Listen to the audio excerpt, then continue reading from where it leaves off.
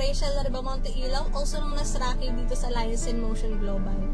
I'm a registered nurse by profession, so paano nga ba ako napasok sa ganitong klaseng negosyo? Actually po, na-invite lang ako through text. So sabi lang po nung upline ko na si Ate Sandra, meron daw siya pong ipapasa na YouTube link sa Facebook. So panonoodin ko lang daw yun. So sabi ko, wala lang mawawala kung panonoodin ko lang. Then okay naman yung presentation. Yun nga lang po, pagdating po sa networking o network marketing, talaga pong negative ako dyan. Talagang, kumbaga, hindi po ganun ako open-minded. Talagang sarado na ang utak ko pag nakadinig ko yung salitang networking. Kasi po, parents ko before, sumali lang po sa networking. Opo, kumita sila. Yun nga lang, hindi sila nagkaroon ng ganong kalaking resulta. Then, after ilang days, kunulit-ali ako ng upline ko, sabi niya, attend naman daw ako ng table presentation. Kasi mismo yung kumikita po ng video na magpapaliwanan. So, may nagpaliwanag po ng product, si FJ. Hindi ako ganun, kumbaga, hindi ako ganun ka-decided na itry yung products. Kasi pag hindi po scientifically based, hindi po agad-agad kami naniniwala doon. Kasi, tsaka po hindi ko nakasanayan na full supplement yung nakikita sa hospital. Pero, nung nakapanood po ako ng product testimony ng isang dalaga na may sakit po na psoriasis, isa po siyang sakit sa balat na wala po siyang gamot. Kaya sabi ko, kung siya nga natulungan ng C24/7 na products ng AIM, sabi ko, ako itry ko. Kasi ako po, since birth talaga, meron po akong skin problems, eczema po.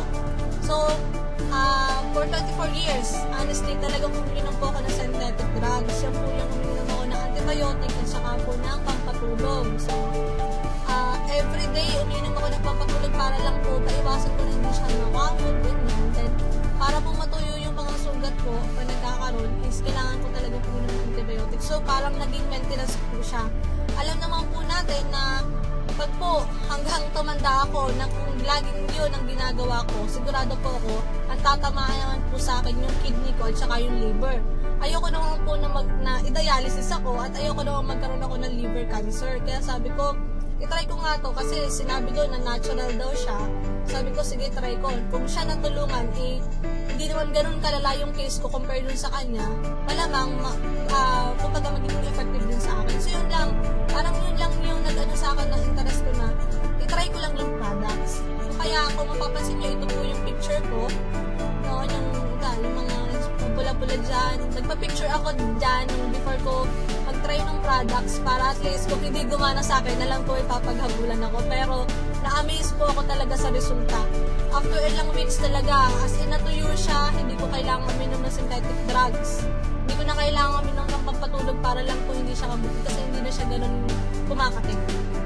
Tapos, yun po, yung para ma-maintain ko po yung weight ko at saka po yung shape ko, na-restore up naman yun kasi chubby ako dati. Madali talaga akong tumaba. Yan. So, kaya po, pagdating po sa products, wala na talaga akong masasabi. The best po ang products sa akin. May nagpaliwanag po ng kitaan. Si Aproy po ito, na isa po sa top 10 ng company. Hindi ako ganun pa-focus kasi po, ang layo po ng linya ng nurse sa pagninegosyo. And ang plano ko that time is mag-abroad po kasi malaki po yung, sabi nila, malaki daw po yung sweldo ng nurse sa abroad kasi dito sa Pilipinas.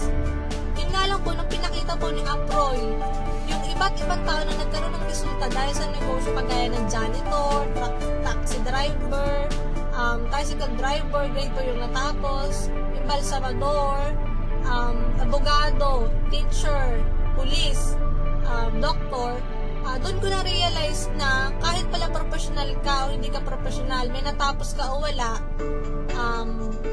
babae man o lalaki, bata man o may edad, basta naniniwala ka lang sa pangarap mo at gagawin mo ng tama yung negosyo, talagang magkakaresulta ka sa AIM Global.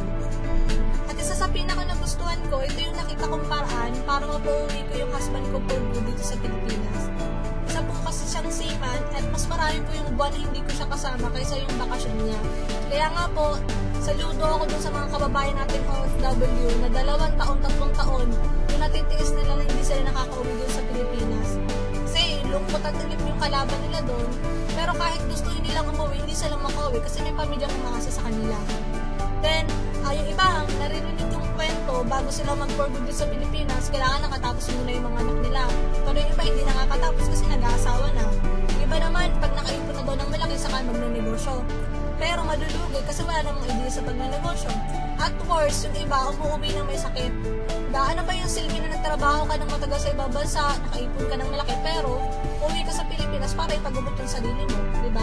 Kaya nga tayo nabubuhay para i-maximize at enjoy ang buhay, hindi para habang buhay magsakripisyo. Yan.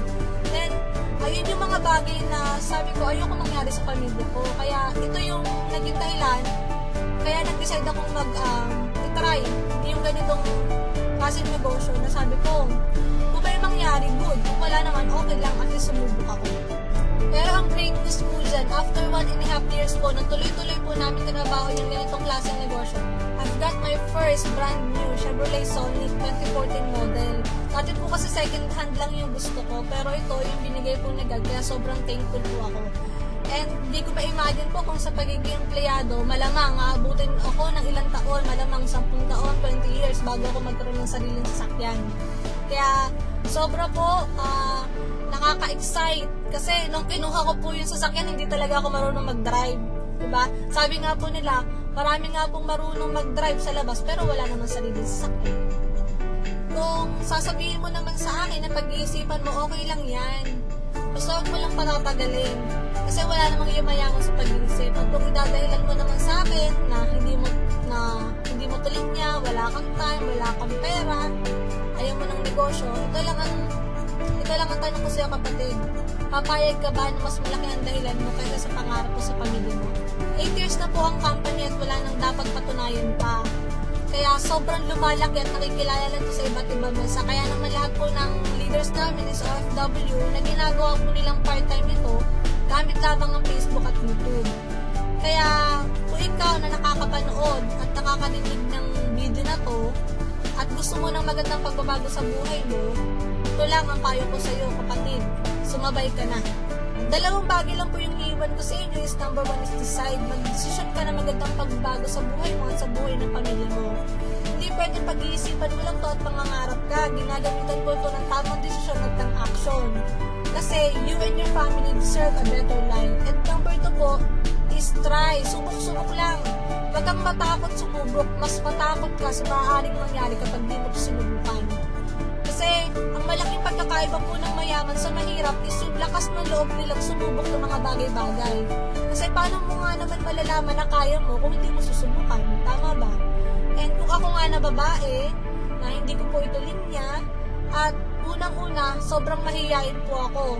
Pero kinaya ko, kaya sigurado ako na kayang-kaya mo. So ito lamang po, and to God be the glory. At hindi ako marunong mag-drive, so ngayon po, masaya kasi nakakapag-drive na ako sa sarili ko sa kanya. Tayo na pinarunong na ako. Masarap yung feeling na makapag-drive ka na sa sarili mo. Wala, dati tabitin lang ako. Masarap lang umupo, pasahero ka lang. Pero mas masarap pala yung ikaw mismo. Yung nag-drive mo, sarili mo sa sakyan. Kaya the best ito sa inyo, global. Power.